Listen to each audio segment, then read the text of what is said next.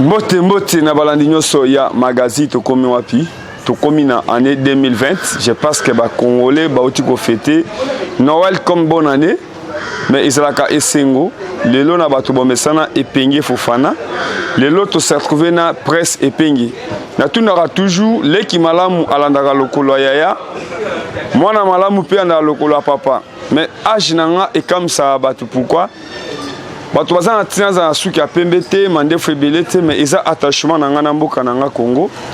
Même mon mboka presse epengi atanga ba université azape na ba collègue o ba témoigner ka lolenge atanga classe na ye, mais lelo eza attachement na ye na mboka. So alingaza la commerçant lelo alingaza la musika, soka alingaza ape débrouiller na mboka au Congo ndenzamba loba toujours moto alukaka azwaka, mais lelo andimi kozala boyi eza attachement na ye na mboka. Quand ndenge azotambo na mobilisation na ye epengi Fofana avec idée makesela biso pe na ndenge pe tozotambola pona information mboka na biso nde tokutani na ye na balabala nde tozotuna ye mwana mboka. Lelo komba ekomi ya kiteni na mutu pona nini po lolenge tokute ye teni toujours ya bitumba. Moto a prépara bitumba alukaka bibundeli yango akenda université pamba te soko elie mayele ya dictionnaire akotangela yo l'homme sous akopesa ngo na munoko. Un bon pasteur to un bon musulman il faut yeba Coran, il faut yeba Bible. Mwana mboka mbote ndeko ezalaka esengo komona yo po moto nyonso o ayebi papa na biso Etienne Tshisekedi oza parmi génération o biso na 2011 boza ki ba ene o bana opesa biso penda posa pe ya koyeba histoire mboka na biso Congo. Tokomi wapi na lamuka tokomi wapi na lamuka lamuka ezali ko continuer ko bunda po na changement ba Congolais banso ba ebite ba tchaki espoir na bango na lamuka ba Congolais ba luka ki candidat commun balobaki toko luka bopesa biso motobe moko to sena e contrat ya changement contrat wana basinyaki yango na mwana mboka Martin Fayulu kasi baini ya Congo balingaki continuité balingaki changement te lelo sima maponomi tomoni te souffrance ya peuple ko continuer ba Congolais obe loboko na litama sima ya maponomi mpasi e bakisami changement eyeite mai to komela e ali ya bosoto ekebeli sabana courant e ali te ba ko violer bato bana ba ko réviser coûter sali futi réalité misale ya na mboka te insécurité et que boma ba centaines ya bato mikolo nyonso na est ya mboka particulièrement pe na ba province nyonso y compris Kinshasa. Donc maye to lukaki e ya na mboka ya malamu ye ite likolo ya baye bakende ko négocier na Kabila pour te système na ye etikala yango la muka ezo continuer mosala na yango peuple a se trompa ki na la muka te. Plus de 60% ba Congolais va poser confiance dans la Muka, na candidat numéro 4. Et lelo combat ezali ko continuer. Lolenge bomoni ko banda janvier ya 2019, tino mokolo malelo janvier 2020, toujours continuer ko bunda pona koloba peuple na biso azali satisfait, peuple na biso azali contenté. Et lelo il faut tout exprimer yango. Et nous savons qu'on va y arriver jusqu'à ce que vérité que triomphe. Peuple a zongi na place na ya souverain primaire. Tobotoli influence au Kabila ina ngo tozongi si yango na peuple. À ce moment-là, la muka ekoloba to sali mosala to koki ko vanda pona komona avenir na biso pe abana na biso e bonga. To ebete to bandaki bitumbo quelque part. Mais tokosuka mokolo mbongo wana ekeya na mboka po ete bana na biso bana na bino ba continuer bitumba po bitumba po na libération ya Congo ekeya bitumba moko perpétuel koloba na Congolais banso ete Chilombo ateki mboka na Barwande tata mokonzi kolo Congo Martin Fayulu auti na Beni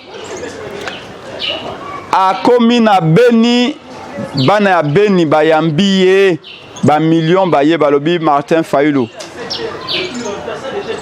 boti kabiso boye te tokosila Barwande bakokota mikolo nyonso bako yako kata biso kingo yo somona api obomi mutu oli otika yata mobimba me bozui okati ndambo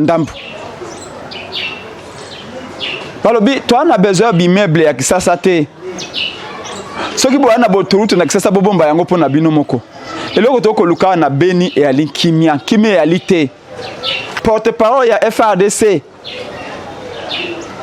a telemi na Beni alobi la balkanisation comme réalité soki to fongo to telemi te to tambolite mboke sekei ezali porte-parole ya FRDC alobi yango simana bango bakonza SCC évêque Bokundo a telemi alobi la balkanisation est comme réalité sika bolingi to lo banabino na monokonine faut ça la dessin pour na ko laksabino fidela mbongo tanga uti Beni alobi que balkanisation comme réalité et que ba Rwanda basi bazu Beni plutôt non Kivu Sud Kivu Maniema na Ituri et aliko kende baka annexe na Rwanda bolingi bwali na misu boboyi komona bwana matoyi boboyi koyoka yango tolobi peza eli azongi alobi le 17 oyo ayebi ka na makila Etienne Tshisekedi na nzoto naye oyebi ka na makila Lumumba na nzoto naye makila Kimbangu na nzoto naye makila Chomena même makila Mobutu biso banso to kitana nzela pona koloba non à la balkanisation non à la domination rwandaise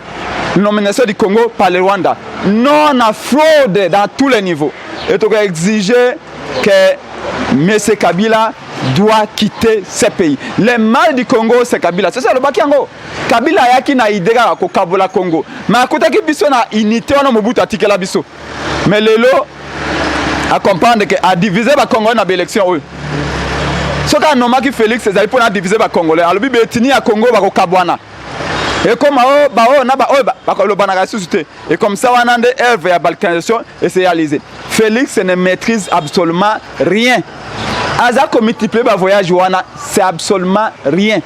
Parce que même à Kambo évêque Mukuna koloba awa. Mais Mukuna ba loba ki na biso to lingi Félix était to ali ba tribaliste et tout ça. Mais Mukuna nda azu prophétie te. Mukuna siko réalité te ye. Ça li prophétie pour na Congo. Oh Mukuna azu révélation. Alobi accord wana basinyaki entre Félix na Kabila yango nde bomimboka mais mukuna mutalibosa koloba failo être tribaliste siko mukuna comme tribaliste mukuna bi ba chrétien tout sangana to senga Félix na Kabila ba bimisa accord balo ba pe que veut que mukuna tribaliste parce que lobi que Félix ba nomaki ba bio wa tribaliste mais c'est la vérité bon et que mukuna oyo lobi alobaki na biso to abando kitolingi Congo te tolingi Félix te le lo sera comme côté mais l'accord ya Félix na Kabila poane accord wana e alima be ete kimboka mukuna lobi accord wana uti na masumu alors babi mais accord yango to pastola yango po yango te ki Congo mutawanga ni Félix réalité Félix ngana liana ye to vandana de réunion jusqu'à 23h et tout ça c'est mutako wanga na Félix réalité bilili au moment ni to uti ko mobiliser na marché central wana alelo au moment to lobeli yango obi to ko libérer mboka to ko libérer Félix na maboka Kabila mais to ko sambisa ye pona trahir mboka na Congolais balingi ba yeba boko libérer mboka ndengeni oh là là mboka c'était comme est-ce que kingwa ku mwanza lelo ah wapi azana katanga Félix a signé ordonnance non akoma DG est-ce que kingwa ku mwanza akosala masala a bien na chômage qui est mon président de la République Mobutu tanga yalaki ordonnance ezali l'acte suprême acte après ordonnance c'est le comme ça réalité kaka nzambe Félix a dit ordonnance naie a nommé kingwa ku mwanza un simple ministre a eu à l'objet ordonnance wana ya lipamba pour Kabila yebisi siko Kabila lobi na Félix bandé l'ordonnance pas Félix Antimina ye vous trouvez ça un chef de l'état ça Mobutu a eu aux ordonnances et puis un ministre simple ministre akoko mais il y a un président ministre a besoin exécuter ordonnance nayo okosa nini okobenga na ete ezalo ko ngai na zio na cheo sentinelle na porte na bofonga na porte so ina na motuka mais na ye boboy ko fonga na porte na kosa nini na kolongola na benganyo na chemo to mususu ce n'est pas un chef de l'état Kungu akumwa zatini mo kolomalelo ana chômage pourquoi Kungu azana chômage ordonnance à Félix ezaliwana ba bi Félix c'est bandela ordonnance pas ndibi ko bandela yango vous pouvez ça juste Mobutu a ordonnance na répondre ko nommer mutu et puis un simple ministre a tellement ordonnance peut Félix a ken na parlement lobi mo na lobaki na ministre il faut que ça akomi ko bonde la ministre ça s'est fait où biolo o lokola homme de paix de foi à Biblia tala misu ya litala mona Félix a le pouvoir te taper rouge à pamba et le koyalité son pouvoir est ça c'est loyo en tant que citoyen congolais pendengo zolo baboy ozamoko olikana enikin ba étudiant ba oti alike pana yo biso na ndeko Félix. Non mais ça c'est très clair. C'est notre frère. Ma question là yebi parce que ça parmi la première ba caméraman à combat. Papa Kardinal Mosongo alobi. Kardinal Mosongo a comparé qui pouvoir à Kabila ezaki lokola sac ya pamba. Sac ya pamba était marate. Zoa sac était misango. Tikango iko koya. Alobi tango peuple accueilli ko voter le 30 décembre 2018. Idée à peuple ezalaki Kabila na batonaye. Oyo mona ka bango tu ba komi na Sénat wana. Mabanzi to mona ka Sénat wana. Peuple alobaki ba yibi mbonga mboka pendant 18 ans ba kenda na Kabila. Idée à peuple yangwana. Moi j'ai vu ba maman 80 ans alobi lelo na kozonga te na ko voter. Avant di na ye. Maman alobi lelo na lingi na ba élection oyo. On doit aller voter à komi témoin. Pour ni ba ko omina par exemple na Mombele. Machine eko koma na 14h. Ba eko fongola bureau de vote na 12h. Mais ba congolais ba lobi to kozonga na ndako te. Mbala oyo libala biso na Kabila abu bia. Yoko papa Fidela Mbongo alobi Kabila sa suka ki na ye. Tango nanga memeli Kabila résultat. Alaxi boye Fayulu likolo musika Kabila alobi na nanga fait un effort. Fayulu te. Pour ça que Fayulu abimi mosolo tuna yiba fala ko obligé ngana zong sango na caisse. Pena aucun exil. Nanga accueilli sous ce constat l'effort, machine est bloquée. Aïe par Kabila il n'y a pas moyen. Car il est trop. Fayulu azam musika trop. Kabila lobi na ye faites un effort. Tu n'as pas de choix. Tant que ba américain ba comme na Gabon oh na ba militaire. Dès Kabila ko benga Félix Yaka. Au moins ba résultat na lingi na chiayo na Félix abotianga président. Mais à une condition. Voici ma cambo sala. Mabele ya Congo, bomengo ya Congo, mine, tout ça armé, tout ça ba généraux nanga ikosimbe le côté Félix abi oui, na ko ça le côté. Ça va, signé, a signé ici. C'est ça la vraie vérité. To ko nié Félix c'était pas toliana ande ko na biso. To sala nini? Poto koma na moboko ali kambo ya marche. To sala nini? Ba Congolais ba ngi ba yeba ba sala. Combattre Félix té. Ah ne le côté tapiru japamba. Ba voyage au monde ça tout est au Kabila article yangwana les véritables pouvoirs et ana kingakati yango moni Martin Fayulu a koloba que le mal du Congo c'est Kabila c'est simple au combat de Félix Bokozani au combat de Félix Kolexatana c'est Kabila qui détient le pouvoir lelo na odi ko yebisao bataille de paix tout le monde s'est rendu compte na odi ko yebisao makambo évêque mukuna mutaliboza ko baba Fayulu baba tribaliste balengi Félix te baba na motema likunya évêque mukuna komi ko la télévision te bo mimsa ko akoye bo mimboka mokonza mboka po nini a nommé batu ba okota te mokonza mboka a changer ba général ko changer ba général te po nini le vrai pouvoir ça kinga kati. La Bible dit, la Bible dit, vous connaîtrez la vérité et la vérité vous affranchira. Le Congolais c'est la vérité. Donc le sujet les alliés marche à la 17. C'est ça. Ngobila na ko suke ska ndeko na ba réunion. C'est ça. Na lingina tout na signification. Tomonyo na elemba pembe. Pe pourquoi yo oza descendant ya Patrice Emery Lumumba. Oya mena combat na ye na Afrique centrale Moutaobo ya Lumumba azati. Comment boche marche kaka jour o batu ba ebi date ya Lumumba. Yo Eliezer na yeto sota ba mire na 2011 na ba chaloupa pour na papa Tshisekedi. Kabunda komi koloba Kabunda IDPS. Kabunda biso tango toko bunda so na longo chemise ko mona ba pota. Kabunda zaka na village jamais Kabunda zaka. J'ai dit c'est to na ba chaloupa. Toko sote ba mire awa. Baba na mura Kabila ko beta biso masasi. Tango biso ba chaloupa ba ko longola ba panneau na biso apoto pesi ba panneau tu na chaloupa na papa Tshisekedi na 2011. Biso entreprise na biso Kabila kangango ba izo quand tu moment kaboto biso ba panneau tu na chaloupa na yebi yango te. Biso nous vous disons que to marche pour le 17 parce que le 17 ezali mokolo Lumumba akufa. Tata mokonze kolo Martin Fayulu ayambaki bana Lumumba tout avant-hier na Faden House. Bolandaki yango. Bana Lumumba bayaki balobi. Lumumba de pas akufa batika ko honoré été. Honorer Lumumba ezali peuple Lumumba akufa la peuple. C'est que le peuple ne pas sangana pour honorer. Et ate boké na parlement botonge ke komoko botike ba fleur. Ça veut dire quoi ça? Peuple le sengela bimananzela d'autres mona na France. Ba français ba bimi pour na De Gaulle. C'est comme ça notre lobby le 17 ya mokolo Lumumba akufa Lumumba akufa pour l'unité ya Congo. Yimutali bosa ko ba balkanisation ezali Lumumba. Notre lobby le kola le 17 vendredi o ezali férié pour Lumumba. Lumumba akufa la gouvernement te. Lumumba zaka mutu ya bato.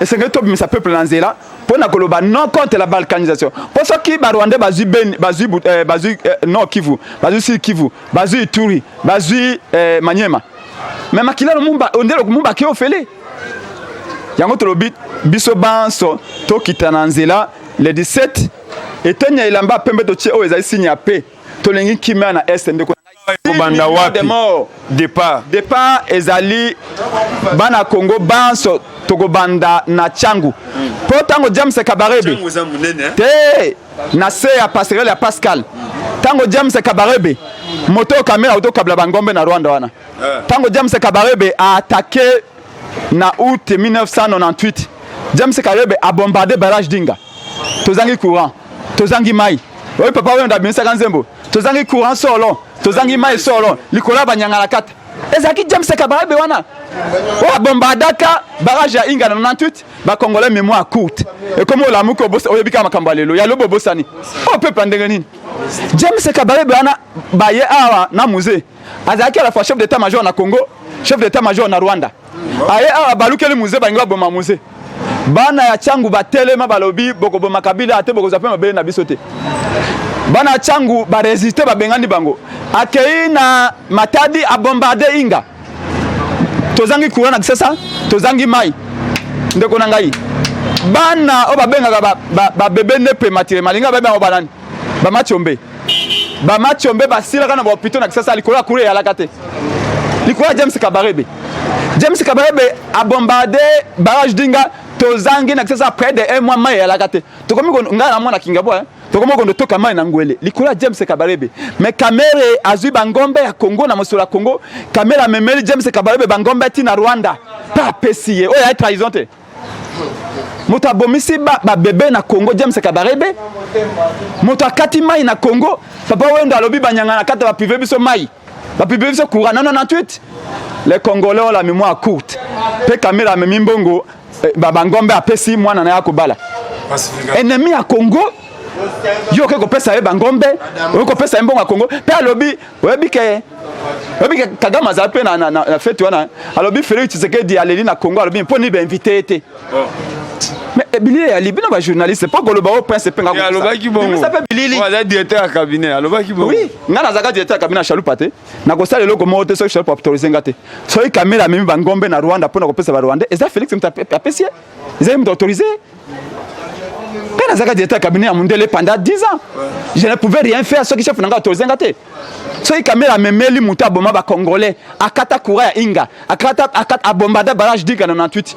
So que Félix mtayebisa que memela bango bangombe pour Rwanda mte komi ko diriger Congo. Yango moni biso président élu à lobby ba congolais banso bana dépasse ba kozala. FCC même FCC ba congolais na FCC ba kozala. Ezali marche pour ba congolais banso pour na koloba ba mama na biso ya Beni Butembo ba kufi mingi. Et là comment on a reçu ça nango. Tango président Eli Martin Fayolo akei na Beni. Ba mama ba yaki balobeni président aweza ndenge nini. Mama azuki tunga na yake bilanga na tongo. Akomi boye atiki kitunga akolo na nguba akolo na nini na Zamba. Ba Rwanda wana baye bakangiye maboko bakate kingo. Bana balobi tokomi 18 mais mama kende ki bilanga ko yate pour nini. Balandi ye bakende ko kuta na bilanga boye mama basi babomaki ko banda depuis so pe 9h. Non c'est même babomi mama mais bazu kingo bakati. O le même batika tanzoto bazui mutu bakei na yango batikinzo tapamba. Bomona kana ba internet bima ja Beni. Et moko mona bakena nzoto batikika mutu ya pamba et puis mutu yango bazui le mo bakati. Mais oh façon na ko bomela batu. Alors ma maman alobi papa awe loko bako style ezali simple. Tokolo banyoso. Siko na lingina tika o TV Zangonga est-ce que bosengi autorisation basenga raté mais ben informaka est-ce que Gentini Ngobila Mbaka gouverneur a pesi penda bino autorisation bon marché mais au moins sika nazali na obi o elamba pembe na sinya kimia ezali marche pacifique coordonnateur à la Muka Adolphe Mozito a komelaki Gentini Ngobila pour nous informer article 26 à constitution l'objet ce qu'on a une manifestation publique informer gouverneur pour gouverneur atteindre les policiers ba encadrer ba protéger peuple andimi non mais yo zali moto tangi ko ndi peuple na lité ba l'objet ko senga autorisation est-ce que mbanda ndi mambanda yo ato sombi immeuble ato sombi 1 million de voitures motaboto masa kondimaka jamais Gentini Ngobila ali na libenga kabila yena Félix ba kondimaka jamais que peuple atambola Donc biso to ça devoir na biso ne constitution sengi na biso lokola ba légaliste obi ka ide fait ça ka ba marche na ville chaque jour ba wewe wasaka marche so mona batsenga to pa nani okomona wewe wala mukibo bakangi ngana mona limete bakangi boulevard mutakoleka zate so mona batsenga autorisation pepe da bimaka kuna na shadari ba bimba aliko marché sans ko tout ko senga ko informer gouverneur mais biso to lobby to sengi to plutôt to informer gouverneur ndenge loi lobby to suke sika iwana ce qui gentini alinga que ce pays ko ma vendredi okomona prince penge okomona tata mokonze ko matin fait okomona bana Congo tout ba ko marcher so ko marcher pour na mututé mutakona drapeau parti politique azate et ça marche contre la balkanisation marche to lobby trop c'est trop ba Rwanda ba kufi 600 000 biso to kufi 6 millions c'est-à-dire 10 fois plus que bango pour ni ba yokela ba Rwanda ba yokela bisoté pour la première fois dans l'histoire Congo ba Congolais ba ko bima na nzela pour na ko marcher to ko bana na Pascal na marché Pascal na bon précisément na point quand le municipal na bango ne changer de limiter mais bato ban so 6e so bana kinga ba 6e to bando ke makolo poto na bon ofuta mitukate donc Jantiningo bila Tokyo a interdit amikosi obina bando linga papa Tshisekedi tonga zaka vivant bien chichi bando zaka soki batunye mabi soki to keikuna limiter dobi obi ka kimbuta interdit marche hier bando lo ba mo mingi te mona tali biso ba bi mais qui est ce bonhomme là pour vous interdire rando ben ka bonhomme laissez aller marcher tout bimi na biso to marcher ma marche tout au sala tant que pas tigre zalaka banda ka interdit kat oh aucune loi est autorisée muto interdit marche et ali liberté en matière de loi la liberté est la règle tinani ba ko pekisa biso moko et la vendredi peut ya férié ba pekisa tout marcher pourquoi tinani mumba kufaka pona peuple akufaka pona ba ministre te to ko marcher Jantiningo bila na koloba na yo wana descendre lumumba na be ko landa ngai ce que on a pensé au ce pays c'est un problème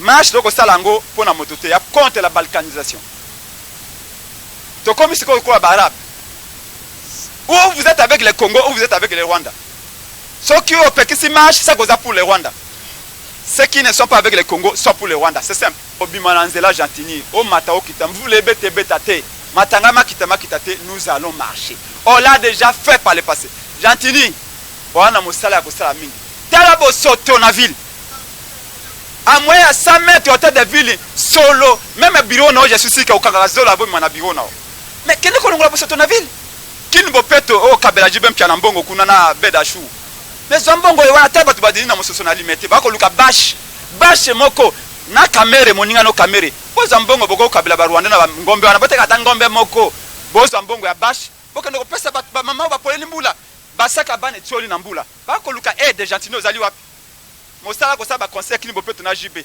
awa na tambo na barumbo mobimba lingwala na mona tesika mote o tie poubelle pot soki na meli pa na zo ata biscuit pamba na bobo ka chasser na poubelle réalité bosiko bokini bope tuneza wapi yo mosalo monis ya ko loba fayula ko tambola te musita ko peuple ko tambola te vous jouez le jeu du Rwanda mota ko tomber ate la liberté s'arrache nous allons arracher notre liberté mokolo ya vendredi te invité yo Félix Tshisekedi peut t'inviter spécialement wende ko na biso ata otayi mboka yaka ko marcher contre balkanisation mboka ego kenda papa mbongo alobi yango donc to ko marcher Jantini wana mosala makasi zwa pa ona yo Jantini j'ai dit nanu kono ko longola salité avant ko loba na biso zwa mosolo ya ville ya vignette to futaki kenda ko longola salité avant ko loba o marche salité au moni mboka za na insécurité c'est que mboka ya na insécurité c'est que bino de boba compétent mboka ya na secrétaire ni bolobio